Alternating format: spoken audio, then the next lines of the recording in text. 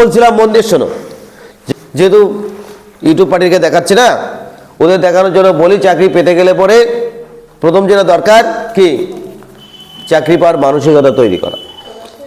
দেখো তুমি তোমার বিগত 10 বছর ধরে, কেউ MA পাস করেছো, BA পাস করেছো, যারা মাধ্যমিক পাস করেছো তারা 10 বছর, ক্লাস 1 থেকে শুরু করে 10 বছরই মাধ্যমিক পাস করতো, ভেরি গুড। আর তারপরে যারা MA BA B.Ed এটা সেটা করেছো, এটা 15 থেকে 16 বছর ধরে পড়াশোনা করার পরে প্রচুর ডিগ্রি অর্জন করেছো, ডিগ্রি জারি শেষ নেই, কিন্তু সেই একটা ডিগ্রি তোমাকে খেতে দেবে না। তোমাকে যে খেতে যাবে সেই ডিগ্রিটা ইউনিক থেকে আসবে। অনেকে বলে স্যার আমি অনলি মাধ্যমিক পাস করেছি। আরে বাবা, কম্পিটিটিভ এক্সামের 85% মাধ্যমিক থেকেই আস। আর সেখানে তুমি ঘন ঘন মাধ্যমিকে যদি পাস করে আসো, বা ডান দিকে কি আছে দেখে নিলাম, ডান দিক না, বা দিকে, ডান দিকে, সামনের দিকে, পেছনের দিকে, এইভাবে যদি তুমি মাধ্যমিকে, আর যদি কেউ করোনায় কেউ পাস করে আসছে, করোনা পর্যন্ত সেই 2 বছর ধরে কোনো পরীক্ষা হয় না, শুধু 90% নম্বর পেয়েছে। আমাদের স্কুল থেকে কয়েকজন স্টুডেন্ট 92% পেয়েছে। তো বলছে স্যার পরীক্ষা হলে আরো বেশি পেতাম। আমি কিন্তু পরীক্ষা হলে 92 উল্টে যেত, তো 92 উল্টে গিয়ে ওটা 29 হতো। বলে আপনি জানেন না কি লেভেলে পড়াশোনা করেছি বাড়ি বসে। আমি কি পড়েছিস তো বুঝেছিস, কারণ করোনাতে সবচেয়ে বেশি করুণাকৃত হয়েছে তার নাম হচ্ছে আম্বানি।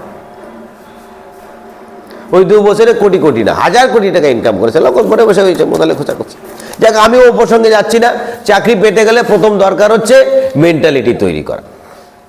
এই যে যারা চাকরি পেয়েছে, বেশিরভাগ চাকরি পেয়ে গিয়ে হঠাৎ করে আবার নতুন করে প্রাইমারি লিস্ট বের করো, সেখানেও তাদের চাকরি কি জ্বালা।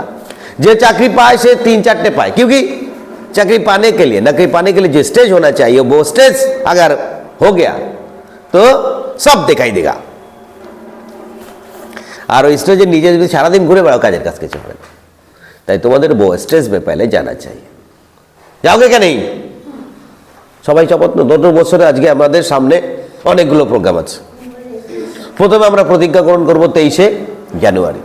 এটাকে আমরা বলি কি দেশ, কি দিবস? দেশপ্রেম দিবস। 23শে জানুয়ারি দেশপ্রেম কেন?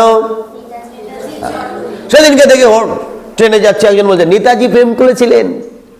আপনারা তো অনেকে প্রেমে মগ্ন, নেতাজিও প্রেম করেছিলেন এবং গভীর প্রেম। সেই প্রেম থেকে উনি বেরোতে পারেননি। ওই প্রেমটাই ওনার জীবনটাকে শেষ করে কোথায় অন্য জায়গায় পৌঁছে দিলেন, শেষ করে মাথায় বাড়ি মারবো শেষ করলেন। ওনাকে শেষ করেছে সেটা আলাদা জিনিস, দেশটাকে দেশ করেছে। সেই প্রেম হচ্ছে দেশপ্রেম, সেই প্রেম হচ্ছে দেশপ্রেম। তো যাক, এই দেশপ্রেম দিবস হচ্ছে আগামী 23শে জানুয়ারি हम लोग मनाएंगे। 23শে জানুয়ারির পরে আরেকটা বিরাট দিবস কি? 25শে জানুয়ারি। 25শে জানুয়ারি বিরাট দিবস কেন? কারণ ইউনিক ওই দিন পিকনিক করবে। চপ, 23শে জানুয়ারি সরস্বতী পুজো এবার আছে, পরের বার তো হবে না। আমি তো ওভারঅল আলোচনা করতে চাচ্ছি না। সরস্বতী পুজোটা আমাদের কাছে খুব গুরুত্বপূর্ণ, क्योंकि ওই সময় আমরা শপথ গ্রহণ করি পড়াশুনো না, শুধু ধান্দা করবো নাকি না। সরস্বতী পুজো তোমাকে দেখে যায় বছরের প্রথমে, क्योंकि माँ सरस्वती को लेके संग लेके दिल में लेके কি আনন্দ করব না, আগে বাড়বে, আগে এগোবো। বেশ, তাহলে 23 হলো, 25 তো হয়েই গেল, এবার 26শে জানুয়ারি। এবার বলো তো এবছরে কততম 26শে জানুয়ারি পালন করা হবে? কততম? কত? 77, কেউ বলছে 78, কেউ বলে 79, 100তম হয়ে গেছে। আরে বাবা, পালন করেছি কত সালে? 50। তো এখন কত সাল? 126। 126 থেকে পাইলে 50 বাদ দো, হলো কত? 76। এবার ওই 50 সালে যে পালন করেছিলাম, ও 50 বিয়োগ করলাম মানে 50 বাদ চলে গেল, কিন্তু 50 সালে তো পাস করেছিলাম নাকি? তাই আবার পরে 1 যোগ করো, তাহলে যে সালে হয়েছে পাইলে उसको हटा दो, তারপরে 1 যোগ কর দো, তো হয়ে যায়গা বেগাস। তাহলে কত? 77। অত্যন্ত গুরুত্বপূর্ণ। তাহলে 77তম আমাদের প্রজাতন্ত্র দিবস। এই স্যার আপনি বলছেন কি? আমাদের দেশে তো প্রজাই নাই, সবই তো রাজা। আমরা সবাই রাজা, আমাদের এই রাজার জাত। তাই দেখবা সবাই আমরা রাজার মতো ঘুরে বেড়াই এবং আনাড়ির মতো জীবনযাপন করি, রাজার মতো ঘুরে বেড়াই। আগে হও প্রজা, তারপরে হবে রাজা। কিন্তু নাই, ওইটাকে সর্বভারতীয় কেন্দ্রে বলা হয় কি? সাধারণতন্ত্র দিবস। अर्थात ये जो इंडिया है ये आम लोगों का है। आम लोगों का माने যারা আম খায়, আম মানে কারা? হ্যাঁ, নর্মাল জনসাধারণ। তা যাই হোক, এবার মূল আলোচনায় চলে যাই যে আমাদের এইবার 2026 সালে, কথা বলো না, যারা কথা বলছো তারা প্রত্যেকে শুধু যে পাপ করছো তা না, অন্যদের ক্ষতি করছে। বেশ, গ্রুপ ডি পদে 26,000 নয় 22,000। 26 সালে 26,000 হলে ভালো হতো, কিন্তু 22,000 ছেলে মেয়েদের নেওয়া হচ্ছে। কোন ছেলে মেয়ে? যাদের বয়স 18 হয়ে গেছে। কত তারিখে? 1 তারিখে, 1 জানুয়ারি 2026। जिसका उम्र 18 থেকে 33 পর্যন্ত এর মধ্যে ঘোরাফেরা করছে। তোমাদের সকলে 18 হয়ে গেছে? কি আনন্দ! বেশ, এই 18 সাল যারা 26 হয়ে গেছে, তার থেকে 33 পর্যন্ত দাঁড়িয়ে আমরা পরীক্ষা দিতে পারবো। পরীক্ষাটা কি? অলরেডি গত জানুয়ারি 16 তারিখে গত বছরের পরীক্ষা কমপ্লিট। সুতরাং পরীক্ষা কেমন হয় অনেকে তোমরা জেনে ফেলেছো। এই পরীক্ষায় আমি দেখো কি ভাঙড়া, কানের গোড়ায় মারবো ভাঙড়া। আমি দুটো ভাগে ভাগ করলাম, একটা হচ্ছে বিজ্ঞান আর একটা হচ্ছে জ্ঞান। একটা বিজ্ঞান আর একটা জ্ঞান, একটা বিশেষভাবে জ্ঞান আর একটা জ্ঞানী জ্ঞান। বিজ্ঞানটা কি? তার আবার দুটো। আমি কি বোর্ডে দাঁড়িয়েছি? তার আবার দুটো অংশ। একটা হচ্ছে কি? একটা হচ্ছে বিজ্ঞানের জিকে আর একটা হচ্ছে বিজ্ঞানের অঙ্ক। তাহলে একদিকে অঙ্ক আর বিজ্ঞানের জিকে নিয়ে হয়ে গেল 50। এবার এদিকে বিশেষ জ্ঞান। এই বিশেষ জ্ঞানের মধ্যে আছে একটা জিকে। জিকে মানে কি? জি হামকে জিকে, অর্থাৎ তুমি যা জানো সেটাই জিকে। আর একটা হচ্ছে জিআই। জিআই মানে জেনারেল ইন্টেলিজেন্স। তাহলে তুমি কি বুঝলে? এদিকে আছে, বন্ধু শোনো, এদিকে আছে তোমার साइंस जीके या साइंस मैथ। साइंस हो गया डान हाथ में, बां हाथ में की GK and GI.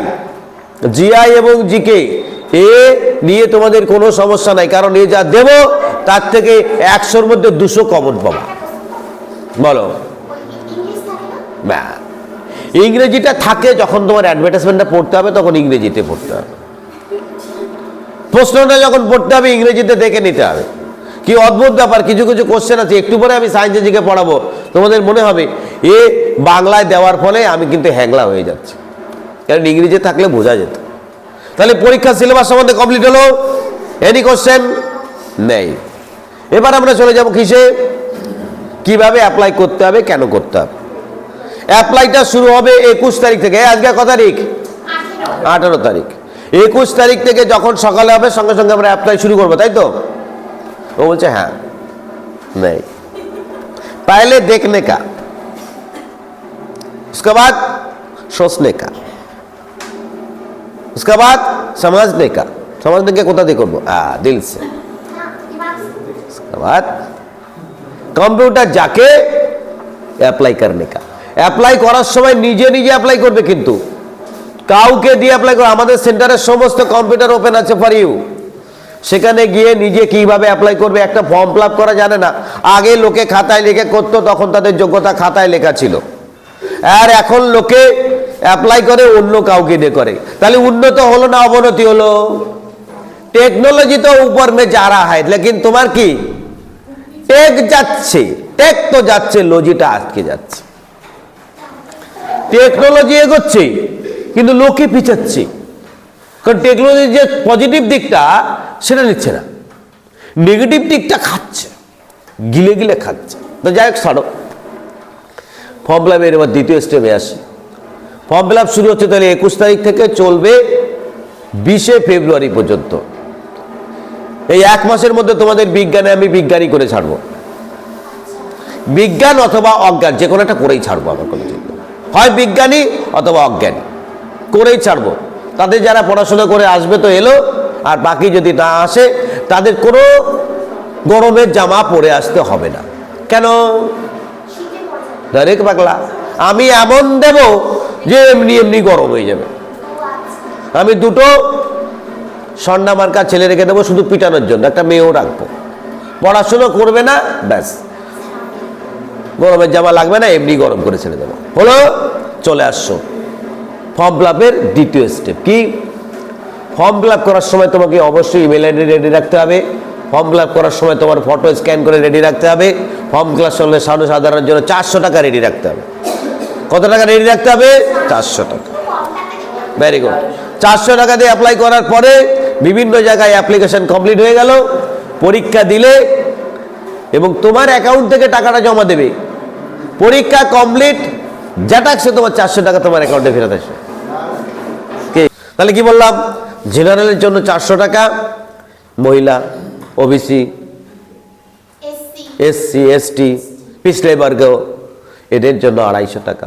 Form fill up প্রত্যেকে করবে, তবে সামনের সপ্তাহে ভালো করে দেখে নাও। এখন কথায় বলে গাছে বেল পাকিলে কাকের কি। তুমি যদি পড়াশুনো না করে ফর্ম ফিল আপ করেও লাভ নাই, আবার না করেও লাভ নেই। তাই পড়াশোনাটা পয়লা রেডি রাখো, ব্যাস। আর কিছু জানার দরকার আছে? পরীক্ষা হবে 100 নম্বরের, বলে দিয়েছি। হ্যাঁ, 26-এর অলরেডি গত বছরের পরীক্ষা যারা দিতে পারোনি, বহুত মন মে দুঃখ হ্যায়, তো ও দুঃখ হটা দো, আগে বাড়ো। কি আর যুদ্ধ তো কি করে? সৈনিক আগে বাড়ো। তো আমি তোমাদের কি সেনাপতি?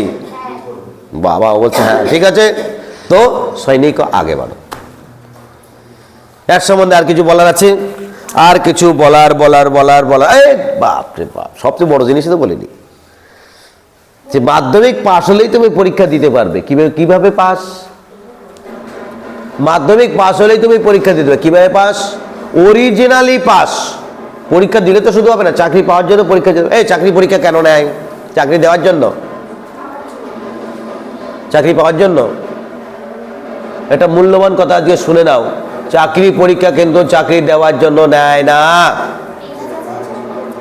চাকরিটার পরীক্ষা নেয় যারা চাকরি পেতে চায়, তাদের মধ্যে আনাড়ি হটানে কে লিয়ে। আনাড়ি হটাও, চাকরি বাঁচাও। এখানে সবাই চাকরি পেতে চাইছো, কিন্তু আমি কাকে চাকরি দেবো কিভাবে বুঝবো? বলছে বাকি যারা চাকরি পেতে আছে এর মধ্যে কে কে সারাদিন মোবাইলে ঘষাঘষি পাচ্ছে, ওই পার্টিগুলোকে আলাদা করো। বাকি যারা পড়াশোনা করে সেগুলো এমনি বেরিয়ে আসবে। তাই চাকরি পরীক্ষা হচ্ছে চালনি বাদ দেওয়ার জন্য, কাকড় বাদ দেওয়ার জন্য। কি বাদ দেওয়ার জন্য? কঙ্কড়। আর কি আলোচনা বিষয়? মোটামুটি আলোচনা হয়ে গেছে। আর হচ্ছে বিষয় যেটা দাঁড়াচ্ছে, টাকা ফেরত পাবা, খুবই ভালো কথা। আমার আর আলোচনা তেমন কিছু বিষয় নেই। বাকি আলোচনা কোথায় হবে? পরের সপ্তাহে। ওকে, চলে আসো পেজে, পরের ভিডিও আলাদা কর।